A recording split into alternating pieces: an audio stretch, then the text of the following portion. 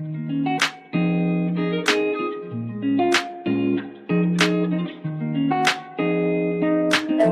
doctor Sergio López Moreno es médico cirujano y partero por parte del Instituto Politécnico Nacional. Es especialista en medicina comunitaria por la Secretaría de Salud y doctor en epidemiología por la Universidad Nacional Autónoma de México.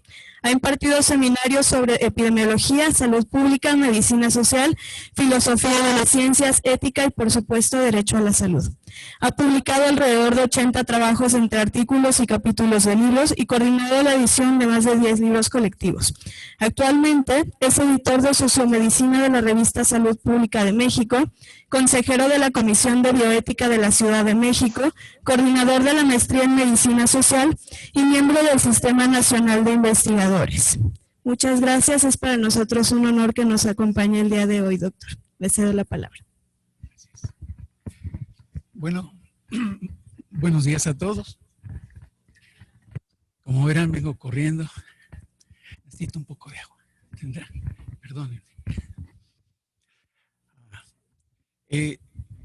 Primero que nada, muchísimas gracias por la invitación. Es un honor y espero que la plática que el día de hoy tengo preparada para ustedes no sea muy repetitiva. Voy a hablar de cosas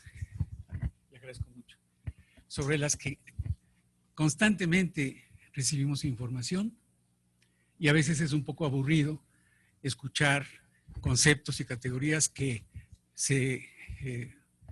las que se habla constantemente. Entonces voy a tratar de que sea lo menos aburrido posible y a ver si puedo. ¿Usted me dice? Bueno, entonces si pueden por favor pasar la primera.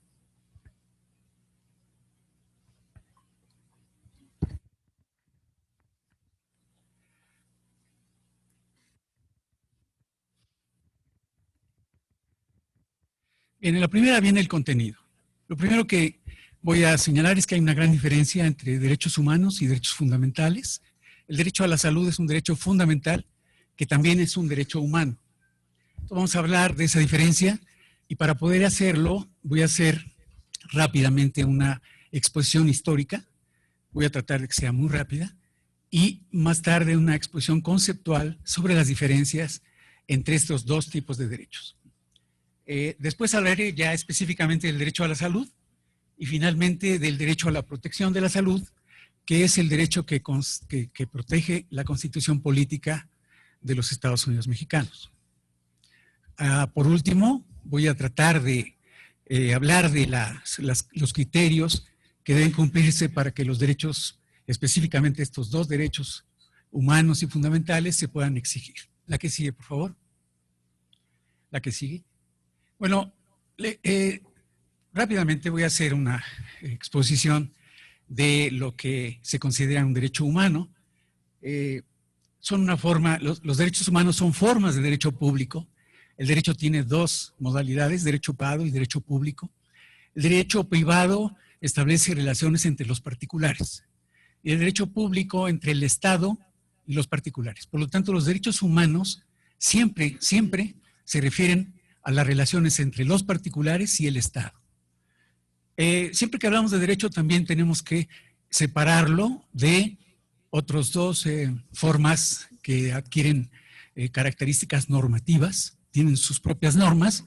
Uno de ellos es la moral. Naturalmente sabemos que la moral tiene algo que ver con el derecho, pero no se puede confundir. Y el otro terreno donde es muy complicado separar es el de la ética. Sé que ustedes van a hablar de ética, porque en materia de salud y de prestación de servicios la ética es fundamental, pero no se pueden confundir. Las normas éticas son normas que uno adopta de manera personal y generalmente lo que hacen es establecer qué acciones son correctas o buenas en relación con la convivencia humana. Es un terreno que está en la filosofía. En cambio, el derecho es un conjunto de normas de convivencia que nos damos entre todos, que son bilaterales, que son de cumplimiento obligatorio, que son punibles, que son coercitivas, porque si no lo cumplimos, entonces nos obligan a cumplirlo, y que finalmente generalmente están en la ley. De manera que el derecho es una forma de convivencia humana que aparece con las sociedades desde hace miles de años. Hay muchos códigos jurídicos desde Persia en adelante, desde hace bastante tiempo, y se puede decir que el derecho y la ética tienen una gran relación, como van a ver cuando vean consentimiento informado, que está normado, donde hay reglas específicas para poder hacer este tipo de acciones, pero que también se basan en una reflexión filosófica sobre lo que es el ser humano, lo que es un paciente, lo que es una profesión, etc., ¿no? Entonces, lo primero que hay que hacer es separar estos dos terrenos, y una vez que están separados, decir que los derechos humanos son formas de derecho público, ¿verdad?, que protegen bienes que se consideran esenciales y que son inherentes a los seres humanos. Estos bienes, uno de ellos, pues la salud. Los titulares, siempre hay tres elementos que hay que considerar en cualquier tipo de derecho, pero específicamente en derechos humanos. Estas tres entidades son el titular del derecho, el sujeto obligado, es decir, quien está derecho a que obligado a que ese derecho se ejerza, se pueda llevar a cabo, y el bien jurídico que se protege. En el caso de la salud es complicado porque es difícil definir qué es la salud. Casi todos los bienes considerados esenciales son muy difíciles de definir. Y entonces las sociedades hacemos un conjunto de marometas, ¿verdad? Hacemos usamos instrumentos para poder garantizar derechos que son de cumplimiento muy complejo. Por ejemplo, el derecho a la educación. Es difícil definir qué es la educación, y lo que hacemos es que nos referimos a la escolaridad básica. Y entonces garantizamos el derecho a la educación, que es una cosa muy compleja, que los pedagogos todavía no están de acuerdo en qué es la educación, y lo que hacemos es referirnos a ir a la escuela primaria durante 6 años, ¿no? Y entonces, cuando en un país se cumple el derecho a la educación, lo que se dice es que los niños tienen derecho a ir a educación gratuita, pública, laica, durante sus primeros años de vida. Y estas formas se usan en todos los espacios, y en salud también. La que sigue, por favor.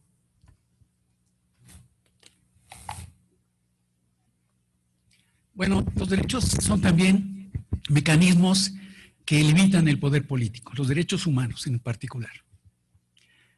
Buscan tratos igualitarios y equitativos entre las personas, y en general se puede decir que intentan conseguir el alcance de un bienestar material y espiritual de todas las personas en condiciones de libertad y dignidad.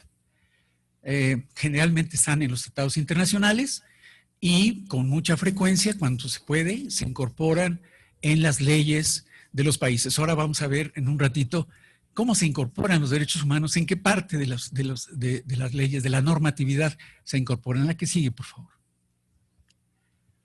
Esta es una visión muy rápida. Lo que aquí quisiera recalcar es que a lo largo de los últimos 500 años, sobre todo con el desarrollo del capitalismo, hemos pasado de un derecho que se llamaba derecho de gentes, ¿verdad?, que es la base del derecho internacional y que permitía la libertad para navegar, comerciar y predicar. Esto surge de la Universidad de Salamanca en los años 500, en la época de Carlos V. Estos grandes elementos del derecho de gentes se incorporan poco a poco en el derecho internacional y terminan por tener forma después de una guerra religiosa, que es una guerra en Europa entre católicos y protestantes, pero que además tenía que ver con la forma que adoptó Europa después de 1600. Esa guerra se llamó la Guerra de los 30 años, y luego de la guerra se firmó un tratado que se llaman Tratados de Westfalia, y que lo que hicieron fue dar origen a lo que ahora conocemos como los Estados-nación. Es decir, el concepto de ciudadanía, de territorio nacional y de soberanía aparecen con los Tratados de Westfalia. Y con los Tratados de Westfalia aparece una forma específica de derecho. Y esa forma específica de derecho es la que hasta actualmente nosotros reconocemos como parte de los derechos humanos. Bueno, vienen un conjunto de grandes movimientos, la Revolución Francesa, por supuesto la independencia de los Estados Unidos, y más tarde, después de la Segunda Guerra Mundial y de los crímenes cometidos por el nazismo, la Declaración Universal de los Derechos Humanos. La que sigue, por favor. Bueno, eso se perdió. Se perdió, esa no es la forma que adopta, que tiene la pirámide de Kelsen, es todo menos una pirámide, pero sí,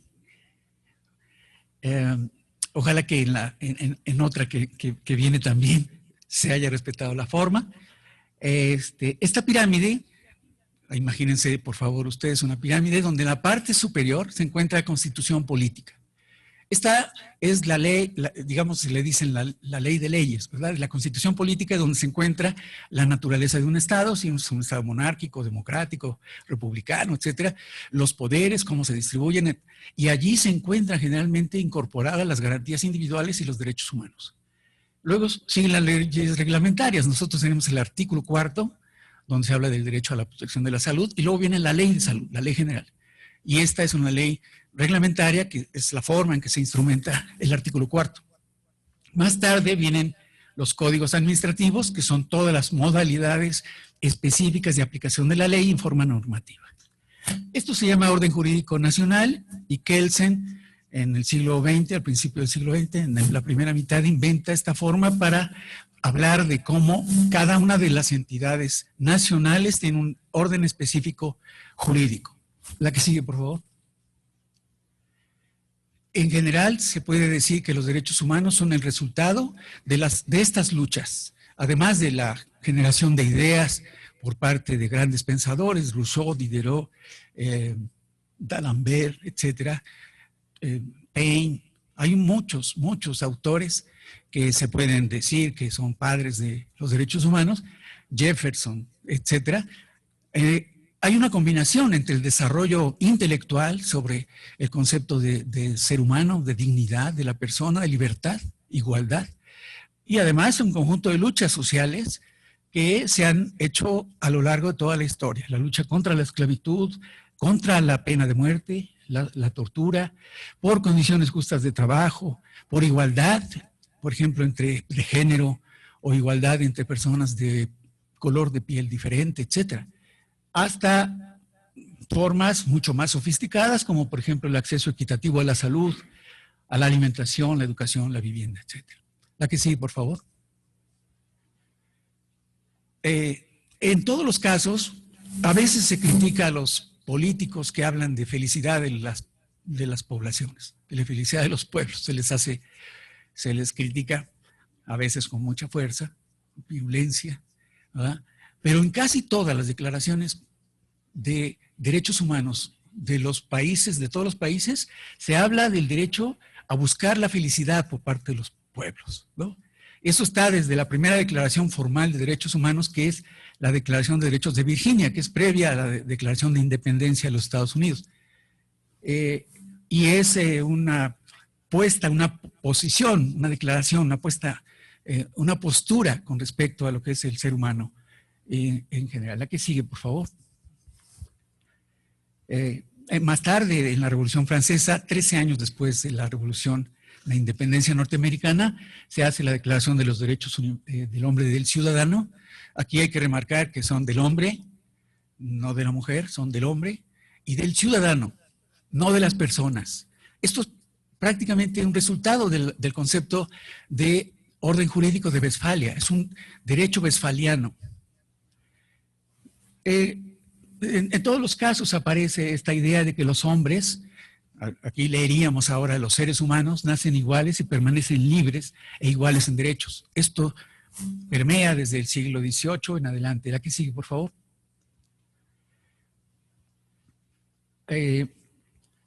Es una repetición, ¿verdad? Los hombres han sido creados iguales y estos derechos son inalienables y tienen, ¿verdad?, estos seres humanos el derecho a buscar la protección de su vida, la libertad y la felicidad. La que sigue, por favor.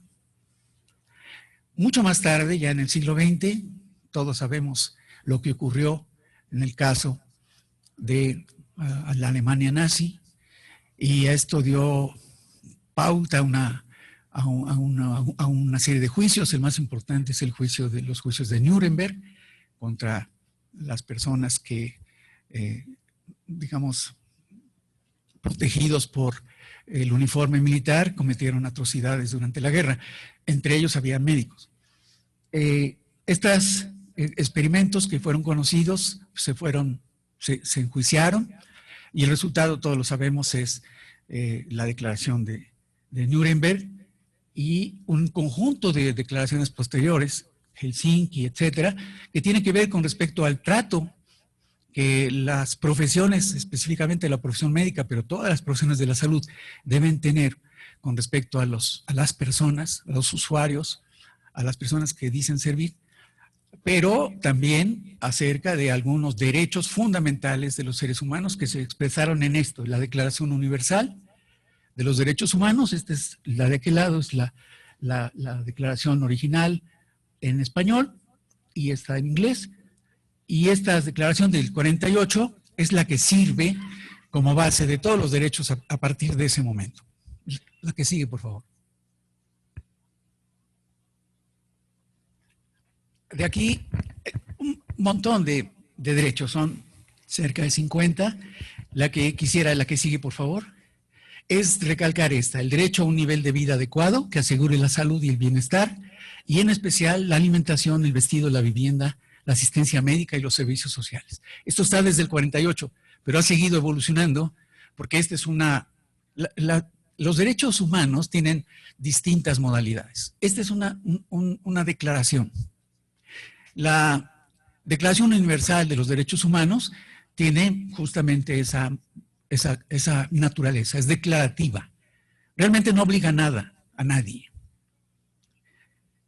La que sigue, por favor. La Declaración Universal se convierte, esto también se descuadró, pero se puede ver. La Declaración Universal de los Derechos Humanos se convierte en una forma de operación, se hace operativa a través de pactos. La declaración entonces se convierte, después del 48, en el 66, fíjense hasta qué momento, en el 66, se expresan dos pactos fundamentales.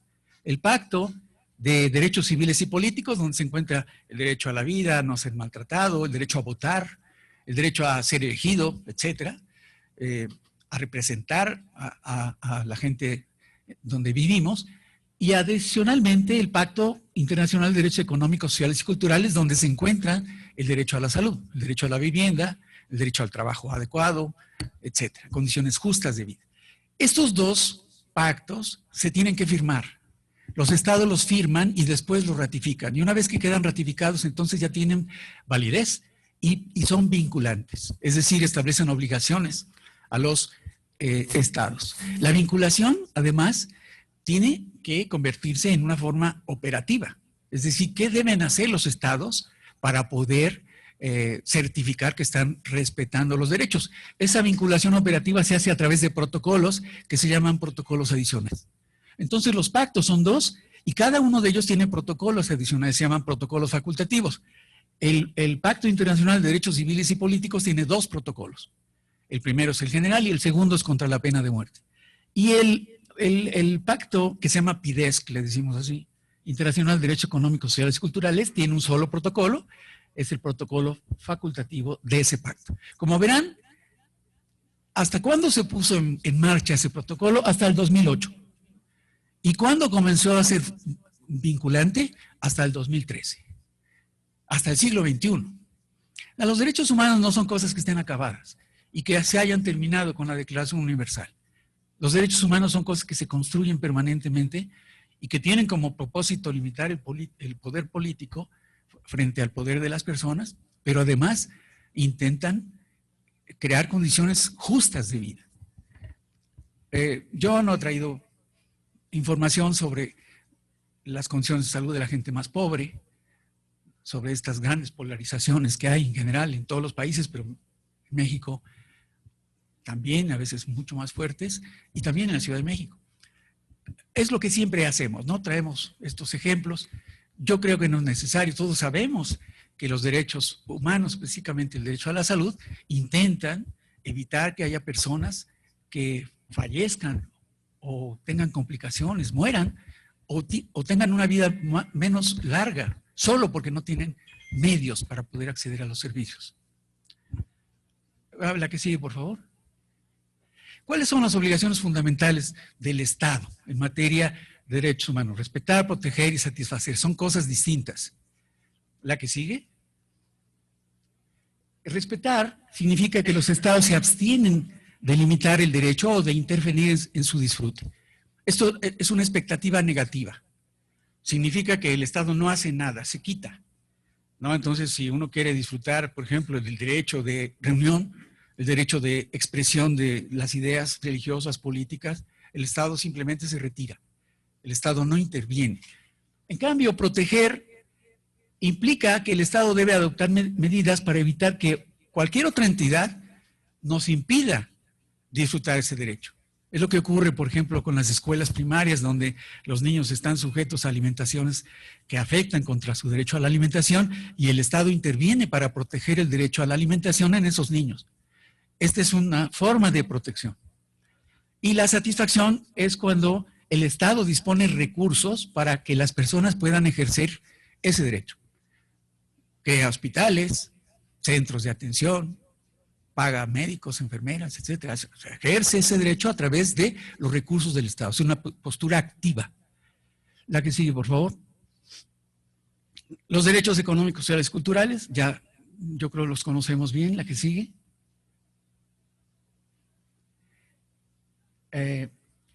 Son igual, como todos, resultan bienes que, en este caso también servicios, que son esenciales para alcanzar un alto nivel de desarrollo material y espiritual en condiciones de igualdad y respeto a la dignidad personal. En este caso se refieren muy específicamente a las condiciones de vida. Y evidentemente el Estado interviene para distribuir estos bienes y servicios que permitan la satisfacción de estos bienes esenciales. El derecho a la salud desde el 66, desde el pacto que se firmó con respecto a este tipo de derechos, se encuentra incorporado como derecho económico, social y cultural. La que sigue, por favor. Pero es importante hacer una distinción ahora. Por favor, la que sigue.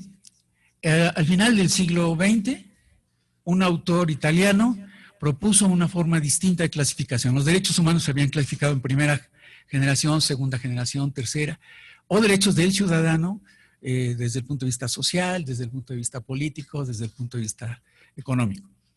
Son clasificaciones muy famosas.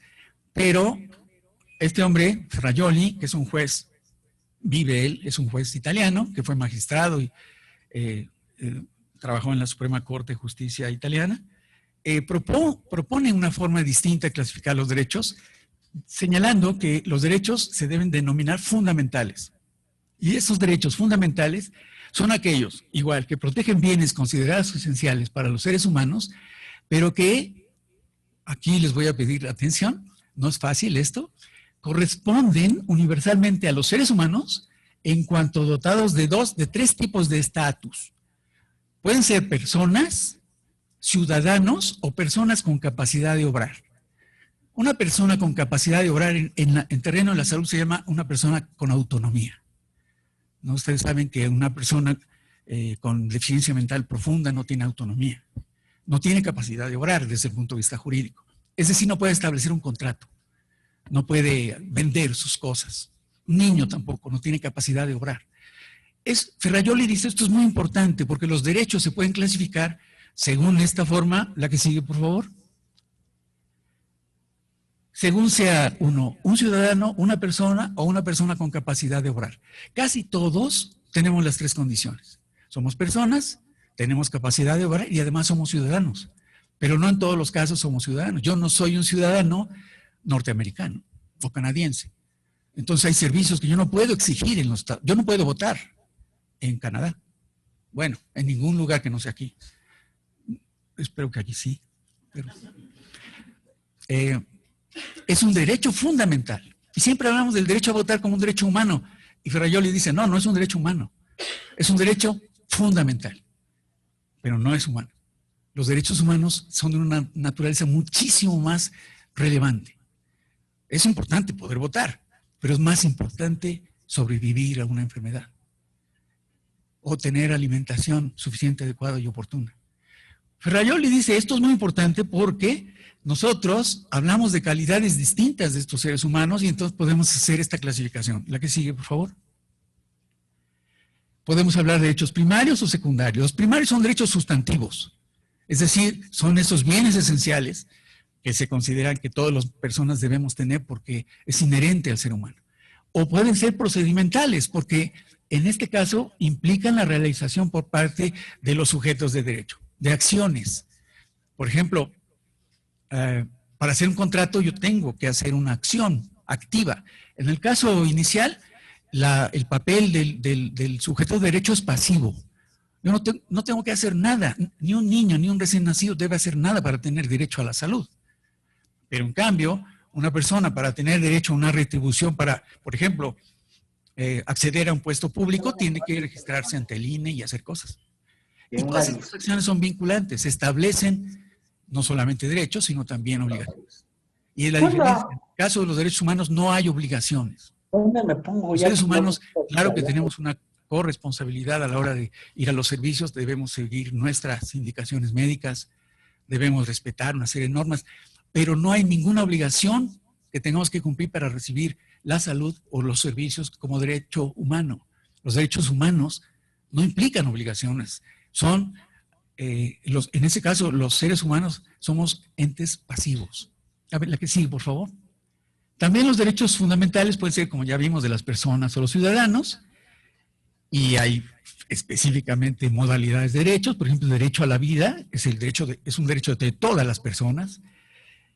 Las que tienen capacidad de obrar pueden decidir a qué dedicarse, qué profesión tener, es un derecho fundamental, pero no es un derecho humano. El derecho a votar, etcétera, el derecho a hacer contratos. La que sigue. Esto hace que Ferrajoli establezca esos cuatro tipos de derechos. En donde se encuentran los derechos humanos, según Ferrajoli, es en esta parte. No lo voy a señalar, está en rojo. Es clarísimo. Es un derecho primario, no procedimental, es un derecho primario y además es de las personas. Las personas, ¿verdad? En este caso son todas las personas, sean ciudadanos o no, tengan capacidad de obrar o no. Y aquí, en este caso, los derechos adquieren una relevancia extraordinaria. Y ahí están los ejemplos. Esta presentación yo se las voy a dejar a las personas responsables porque si la quieren tener, la puedan. La que sigue, por favor. También aquí se movió. En el caso de los derechos humanos, ¿verdad? Que se encuentra en la parte superior. Muchas gracias.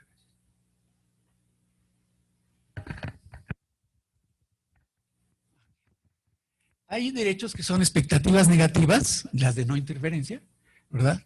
Y en este caso está el derecho a la vida, el derecho a la libertad, derecho de pensamiento, de garantías. Y con respecto a las expectativas positivas, donde el Estado debe hacer cosas, ¿no?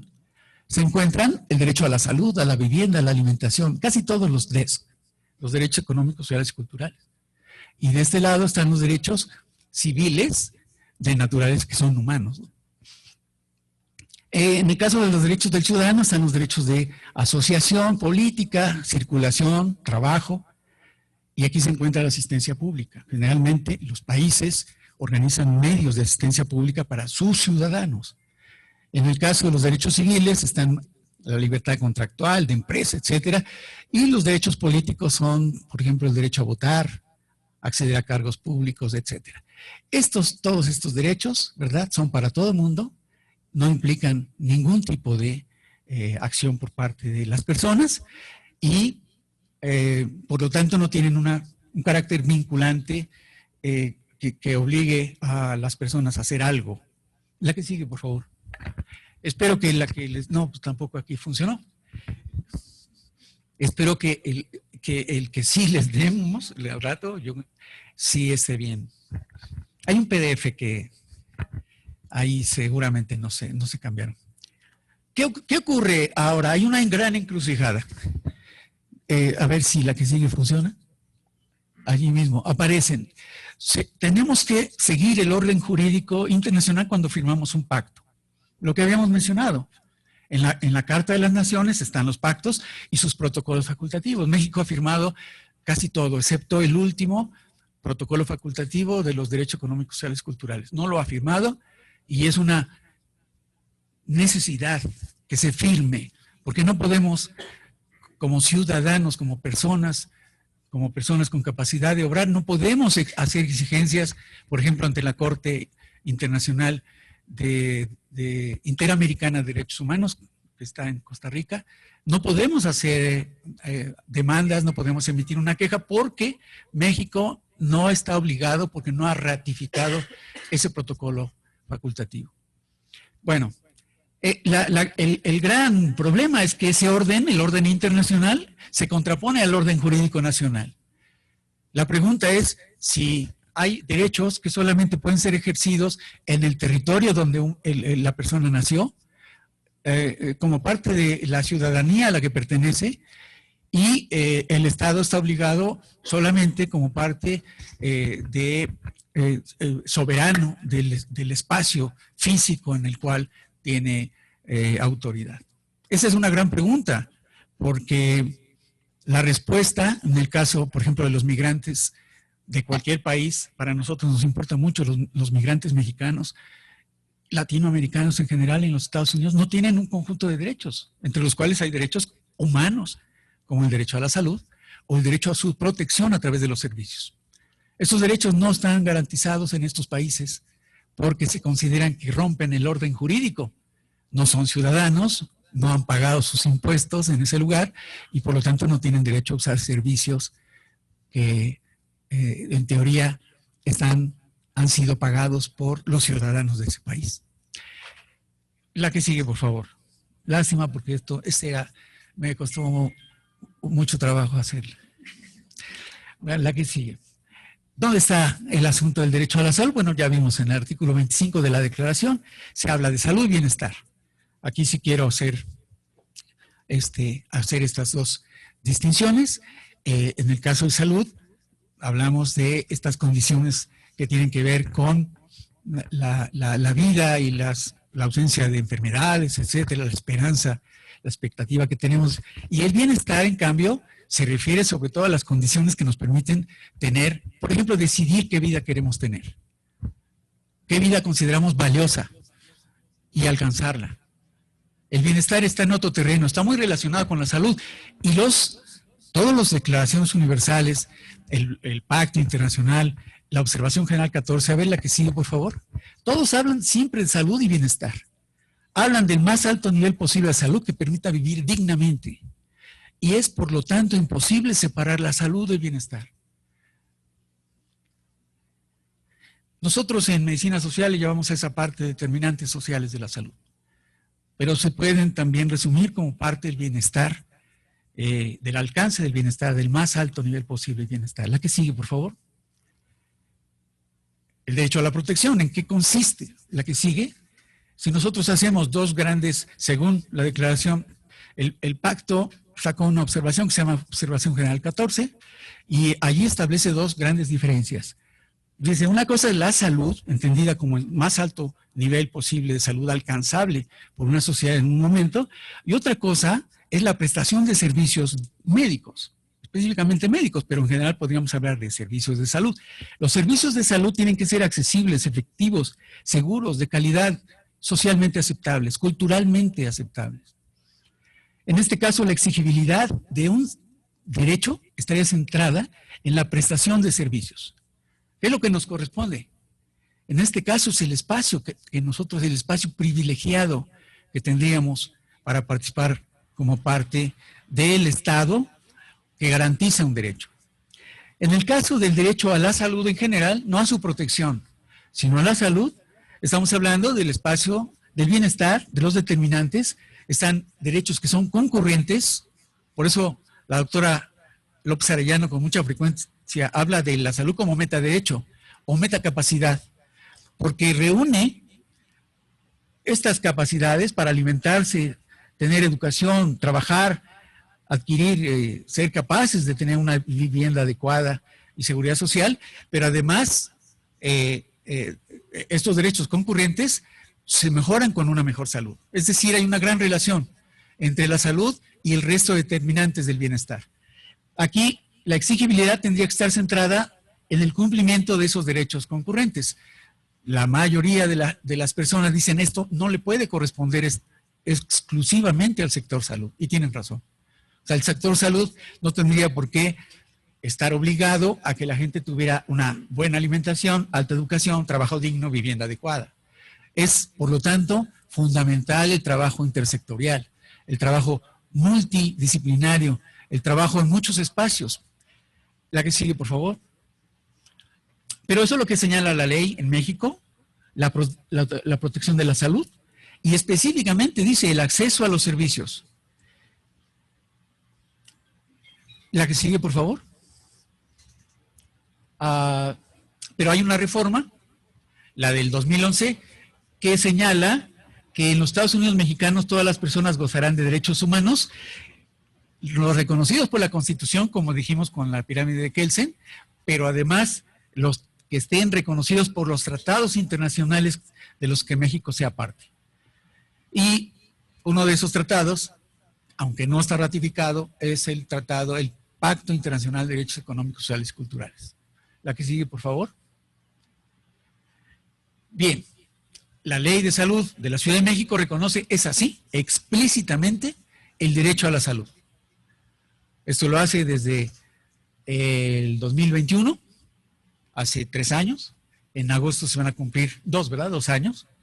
En agosto vamos a cumplir 2 años con esta ley. Y aquí el primer apartado del artículo 1 dice: la presente ley es de orden público y tiene por objeto hacer efectivo el derecho a la salud. Y luego viene un conjunto de otras cosas, entre las cuales se encuentra, por supuesto, la garantía del acceso a servicios de salud con un conjunto de criterios, entre otros, la gratuidad, la equidad, la inclusión, la interculturalidad, la universalidad y la integralidad. La que sigue, por favor. Bien, es igual, muy parecida.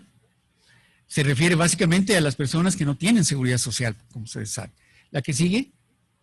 Esos son los criterios, los principios que guían a los servicios de salud: equidad, gratuidad, interés superior de niñas, niños y adolescentes, perspectiva de género, progresividad, no discriminación. La que sigue, por favor. ¿Cómo podemos hacer exigibles estos derechos?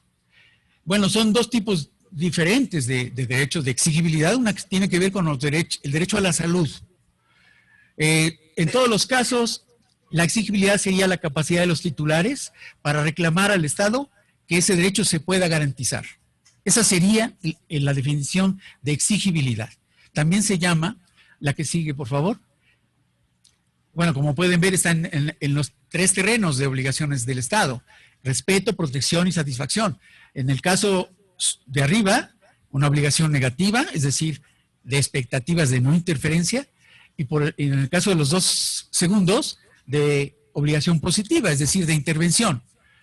En este caso, lo que se trata es de convertir el derecho formal, que es el derecho que está en la ley, tal como está escrito, en un derecho real. Dicen muchos autores que cuando un derecho no se puede exigir, que no se puede exigir hasta sus últimas consecuencias, entonces es un buen deseo, pero no un derecho. ¿En qué consiste la exigibilidad? Hay 2 tipos. La exigibilidad política, que es la que se ha practicado desde hace mucho tiempo en todos los campos, que es todo ese conjunto de mecanismos de presión: los informes, reportes, denuncias, mítines, marchas, ¿no?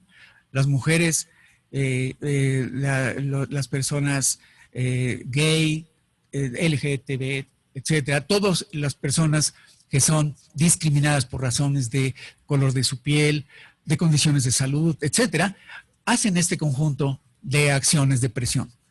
Unas son muy formales: Amnistía Internacional, Human Rights Watch, etcétera. Muchas tienen, todas ellas, una gran validez.